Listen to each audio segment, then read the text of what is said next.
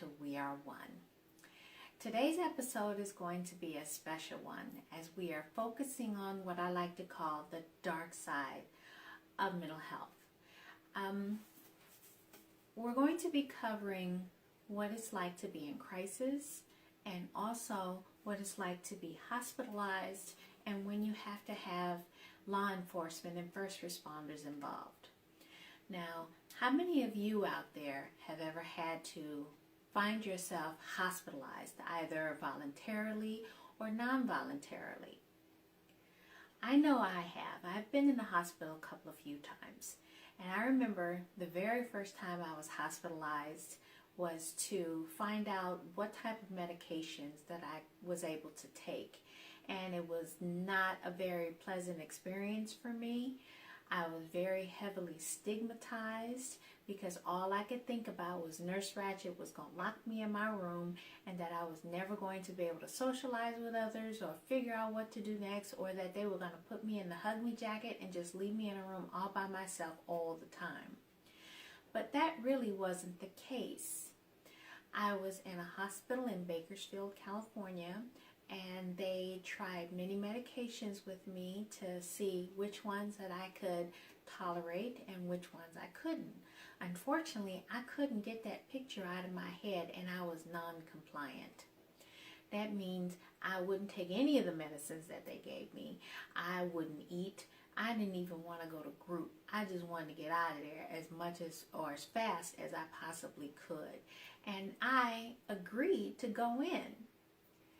Once one of the nurses sat me down and she told me exactly what to expect in that hospital environment, I opened myself up to receive the treatment and went on to take the medication and was able to be released within a 7-day time. I know some folks who have been hospitalized for way more than 7 days, so I just happen to be one of the lucky ones. But there are also times when we find ourselves in a huge crisis to where we just can't seem to come out of it. And I know back in 2010, that was the case for me. I managed to have lost two very important people in my life at that time. My adopted father passed away, and my baby sister passed away within 2 months of each other. And the deaths were just overwhelming for me, so much so that they devastated me and I just couldn't find a way to function. So I found myself voluntarily hospitalizing myself. But what I did was I called the crisis unit. I just happened to be here in Baltimore, and I did call the crisis unit to help me out. Now, this particular crisis unit that I did call is the Baltimore Crisis Unit, and that's the BCRI. We just happened to have a really good interview with the executive director, Mr. Wiggins, of BCRI. And he's going to share with us what their goals are, what their purpose is, and also how they have managed to train with the Baltimore Police Department in crisis situations. Yes, there are times when we may find ourselves in a crisis situation that we are unable to handle. But BCRI seems to have grown by leaps and bounds with their wraparound services. So I'm not going to tell you guys everything. I'm going to let Mr. Wiggins explain some things. So welcome, Mr. Wiggins. So I want to thank you so much for being a part of our show and for agreeing to be interviewed with me. It's my pleasure. And what is your name? My name is Edgar Wiggins. Hello, Mr. Wiggins. And what's the name of the organization that you preside over? That's a good word. Baltimore Crisis Response Incorporated, also known as BCRI. And I am the founding executive director, which means that I have been in my job for 24 years and 3 months. Okay. So what made you want to work here? That's an interesting question. I've been in community mental health for years and years and years. I've been in Baltimore now for about 29 years. Was recruited down for another position. And when I heard about this job, starting a crisis service, I thought, that's the way to the future. Okay. I also thought back on all of the things that I had done over the years, and it occurred to me that every job that I have ever had prepared me for this job. Yes. I've run large outpatient clinics in Philadelphia. I've run large partial hospitalization programs, psychosocial rehab programs. I've been an individual, group, and family clinician. I also worked on the suicide and crisis hotline in Philadelphia for 3.5 years part-time before I migrated here. So when this opportunity came up to start a brand new community-based crisis service, I thought, let me throw my hat in the ring. So you said that this was a step into the future. What makes the crisis unit a step into the future? Well, several things. First of all, I'm an old man. And because I'm an old man, I remember being a small child and getting ill. My mother didn't take me to the doctor. My mother called the doctor, and the doctor came out to our house with this little black bag and examined me, made his diagnosis, gave me some pills in a little brown envelope and went away. That's how we used to practice medicine. And it was pretty effective. And so when I thought about crisis services and the model that had been developed, it was really about taking the service to the person. Okay. So when I thought about that, that made a whole lot of sense to me, because one of the things that we know about people in crisis is often things have gotten to the point of being overwhelming. Yes. People are fearful, people are depressed, people feel isolated, people feel alone. They don't want to leave the house. And so then often things get to the level where a family member or somebody calls the police because the person is threatening harm or whatever, and they get dragged out of the house to the emergency room. This is an opportunity to do several things. First of all, we've got a hotline 24 hours a day where people can call in and talk to a compassionate listener. That's number one. That hotline counselor can refer them to the appropriate level of service to get them care. But if the person needs an immediate intervention, we have crisis teams that can come out to that person's home or wherever they are at that time and begin to provide service. That to me makes a whole lot of sense. Okay. And that is a way of the future. Mm-hmm. Because I can remember being carted off to the hospital Right. to go and have everything taken care of. And it's really comforting to know that if you're in a crisis, you can call someone to come Right. to you and not have to worry about, as I like to say, being stuck in the hug me jacket, because Right. you don't know what's happening, and can be things can be resolved in a different way. That's very important, and it's a voluntary service, so people are really engaged and invited to participate in their own care, rather than somebody saying, you know, this is what's going to happen, and all of that kind of stuff, which can be pretty overwhelming. Yes, and I like what you said about participating in your own care.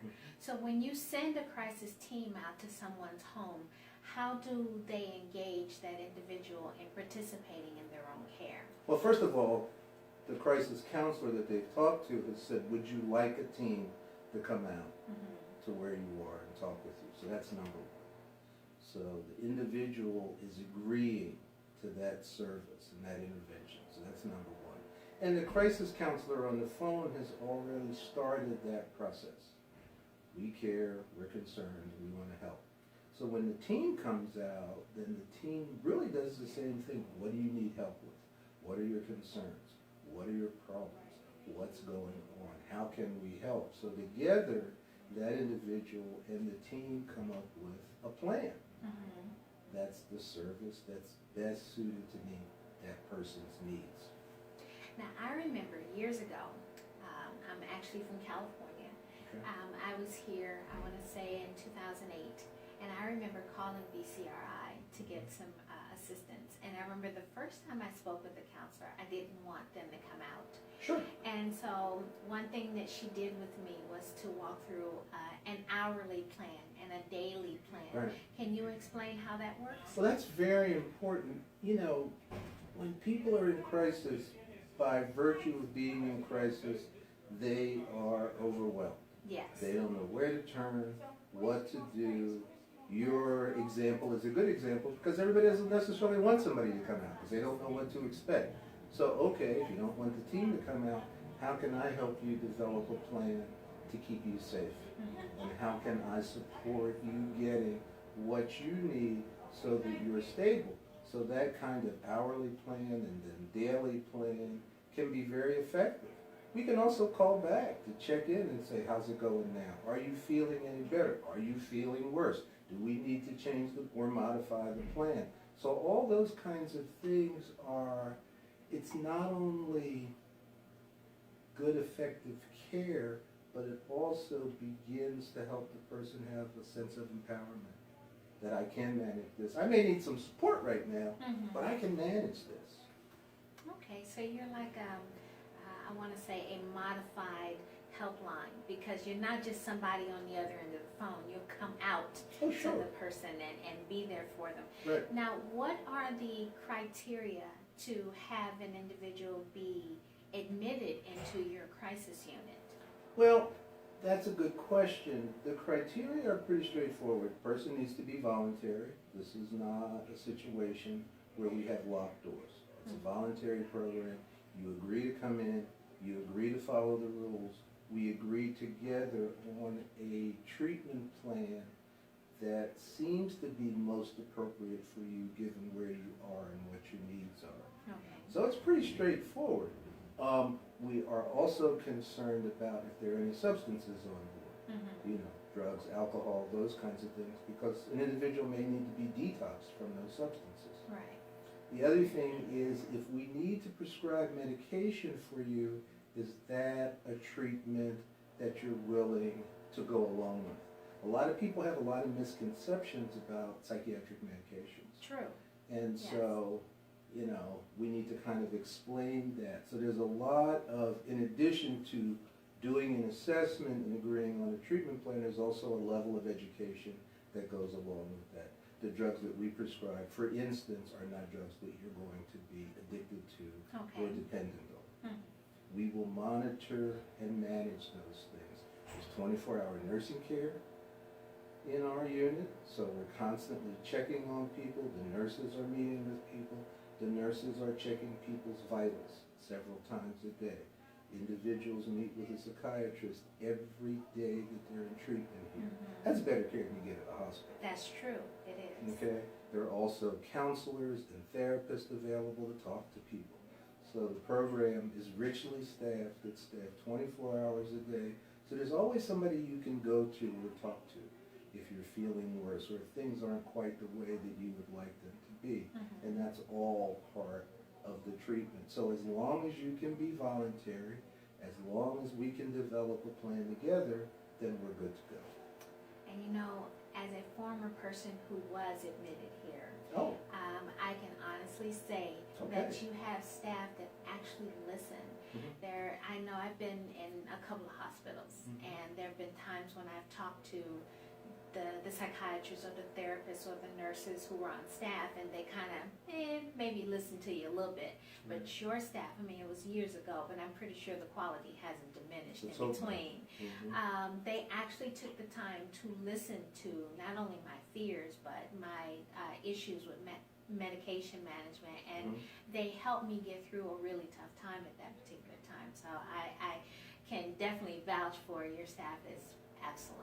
Well, that's good to hear, because the only way that treatment is going to be successful and effective is if the person participates. It's not something that we do to somebody else. It's something that we do together. If we can't join hands and walk down the road together, then it's not going to be effective. There's not going to be a successful outcome. And so that's what our goal is in terms of providing service. The other thing is that, you know, we're in a community location. So it's not like going to the hospital and being cut off from people. It's a community location, it's voluntary. You can come in, spend some time. If you get what you need, fine. We can follow up with you, make sure that you get to the next level of care. make sure that you get the support you need. Our teams can go out and see you regularly after discharge to make sure things are going well. Case managers can do the same. So that's extremely important. It's not like a hospital, well, that's great, we'll see you. Here's a prescription that you can't afford to get filled. Right. And a list of maybe some outpatient providers. We want to make sure that your next level of care, that there's a good handoff, that there's a warm handoff, so that you feel welcome. I didn't know you guys had wraparound service. That's Mhm. excellent. So then now I want to get a little more into the dark side, as I like to call Sure. it, Okay. when the police are involved. Oftentimes when the police have to get involved in a crisis situation where they're dealing with someone who is overly symptomatic and potentially dangerous to themselves and others, that they call you out first to help to calm that individual down and to work with the police department. Exactly how does that work? Well, there's several things that are happening.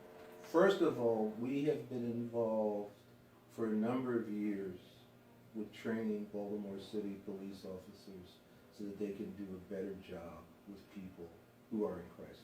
So that's Okay. number one. Mm-hmm. There's a national model that developed in Memphis in 1988. We've been utilizing that since 2004 to train police officers. So whether we get called out or not, they're better equipped to de-escalate people, to know how to approach people, and talk to people. Now that's a huge task because Mhm. Baltimore City probably has somewhere in the neighborhood of 2,500 patrol officers. Right. So we're constantly training people. But the other thing, which is a new pilot project that we're about to launch, will pair one of our clinicians with specially trained police officers so that they will be co-responders to situations where people are in crisis. So there'll be a police officer and a clinician who will go in together as a team and try to figure out the best level of care for that person. We have to attack some of the misconceptions and stigma that exist in the community about people with mental illnesses, with I behavioral agree. health conditions. Yes. And police have them just like everybody else. Mhm. Oh, they're dangerous. You have to be especially cautious. No, you don't. I've been in this business a long time. Yes. I've knocked on a lot of doors. I've never been hurt. And you know, I've been threatened on occasion. Mhm. But after years of training and experience, you learn how to deal with that. So that's what we try to teach police officers. The other thing that's incredibly important when working with police is teaching police to be compassionate listeners. Yes. Okay, when they signed up to be a cop, Mm-hmm. they didn't necessarily see that as part of their job. You know, they want to arrest bad guys and put them in jail. Well, people with illnesses are sick. Yes. They're not bad guys. Mhm. And so dealing with them is different than you're going to deal with, you know, a robber or a mugger or a rapist. And so we help police to be able to make those distinctions. So in the same way that our teams do, they can invite people to talk with them about what's going on. And that is the most important lesson. Listen, don't talk. Don't order people around. One of the things we do, and it's a fascinating part of their training, we do something called virtual voices. Yes. And I'm this aware of is virtual essentially voices. where, you know, you put headphones on Mhm. that simulate having auditory hallucinations, and then you tell that officer, okay, you have to go into the community and just do a simple task. Go to the convenience store and buy a soda or whatever. So all of a sudden, this officer is walking around with simulated hallucinations, trying to concentrate on what they need to do while having voices say some not pleasant things to them. So all of a sudden, they appreciate what it's like. You know, they're walking in the other's shoes for maybe the first time, Yes. and it really sensitizes them. And I've been doing this for a long time, and so I talk to officers who say, you know, when you first started training us, I kind of thought maybe you were full of stuff. Mhm. But you know, now that I've had this training, I feel real differently. Yes. And they actually communicate successful encounters that they've had. Where if somebody had to go to the hospital, they went voluntarily to the hospital. They cooperated with the transport, or the officer was able to settle them down and call one of our teams out to pick the ball up and then go to the next several steps with the person. So there's a lot to be gained from that kind of training of law enforcement. So what about suicide by cop? How do you address that? Well, one of the modules that we have, and I teach it, is about working with people in a suicidal crisis.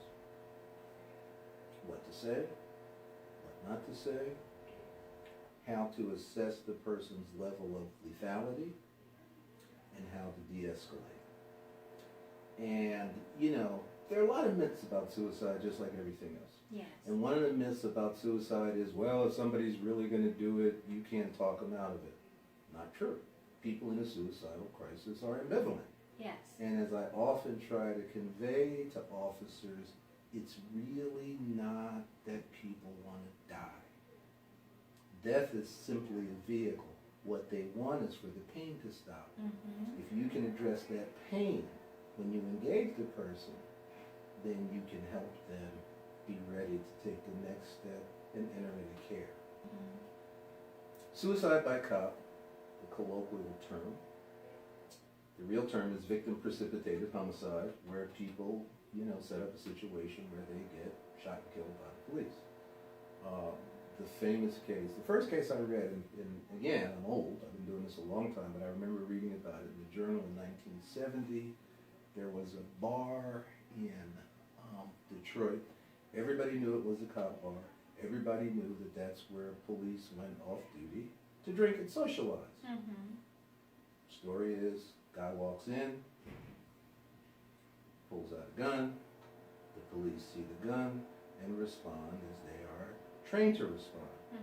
So they draw their weapons, shoot and kill this man. They go over, they look at the weapon, check it, and it's not loaded. So for whatever reason, this individual intended to die but did not want to do it by his own hand. So it's a very dicey situation for cops, because cops have to deal with all firearms as if they're loaded. Right. So, you know, but there are alternatives. There are ways to talk to people and try to de-escalate them and try to put the weapon down. Bottom line is, if somebody pulls a weapon, all bets are off. But what we try to do is teach police officers steps so that hopefully it won't get to that fatal outcome. We found that over time, police have been more and more responsive in a positive way to what we're teaching them. Officers get tools that they can use in those kinds of situations, you know, other than force. And they find it effective. That word of mouth goes throughout the department. So now we have a situation where, I mean, I've talked to officers, I've been waiting 6 months to get into this training because I heard it was really good. I'm like, good, glad you're here. So it really is a important step forward for them. I mean, the goals of the training are to reduce citizen injury, to reduce officer injury, and to avoid, you know, incarceration and unnecessary hospitalization. So all of those things we've found that we've been able to accomplish by working and training police officers in Baltimore City. So on the other side of the fence, Sure. what would you say to individuals who find themselves being overly symptomatic to where they've gotten to a point to where they can be dangerous to themselves or others? What would you say to them right before they find themselves in front of a police officer, or as you guys are getting ready to come out? Well, I think it's important to call and reach out for help. When you call our hotline, the person's going to ask you what's going on. And one of the questions, quite frankly, is, well, do you feel like, you know, there's a possibility that you may harm yourself or harm somebody else? It's important to be candid, to be truthful, so that we know exactly what the level of risk is. You know, just because you have those feelings doesn't mean you need to act on them. Okay. You know, feelings never got anybody locked up.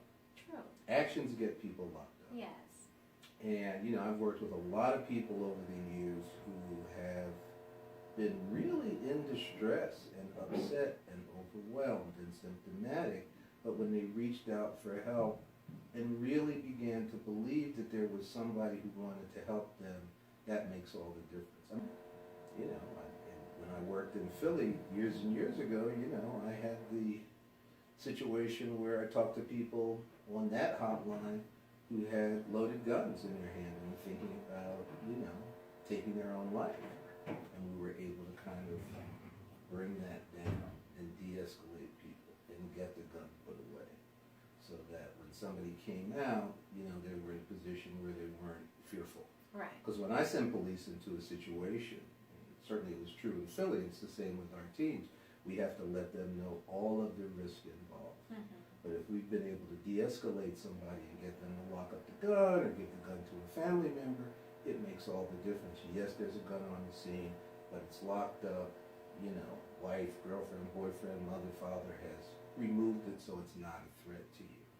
What would you say to someone who is living with mental health challenges to prevent them from buying a firearm? The biggest problem with firearms is you don't have to be a rocket scientist to operate a firearm. Mm-hmm. And when you think about lethality, the statistics go like this. If you make a suicide attempt by using a firearm, there is a 94.4% chance that you will perish. Right. It's not 100%, but firearms are very lethal. I actually talked to a guy, I have a taped interview with a man who shot himself in the head with a telephone. So you don't always die. But he spent a lot of time in the hospital, getting his wounds repaired, and then when he got into treatment, he was like, oh my goodness, I'm not the only one who feels this way. Mm-hmm. So I don't want anybody to have access to a firearm while it will make it easier for them to perish. I think that's a fool's errand. Okay. I want to say thank you so much. Oh, it's been my pleasure. Yes. That interview with Mr. Wiggins was very enlightening for me. I hope it was for you as well. I was able to see how much they have grown over the last, I want to say 7 years since I've used their services. And to learn that they have wraparound services as well is very enlightening. Wraparound services are so very important for people who are released from the hospitals and either let out into their community or sent home. And they are given a particular case manager, or they are rescheduled for their personal psychologist or psychiatrist to follow up on them to see how they're doing. And that's really important to have that support to find out how you're doing when you're not feeling so well after you've gone for treatment. So I really hope this particular interview helped. Please leave comments, questions, whatever you need. And if you find yourself in crisis, please reach out to your local crisis unit and find out what their procedures are to help you. You guys enjoy your weekend. Take care. And thank you again.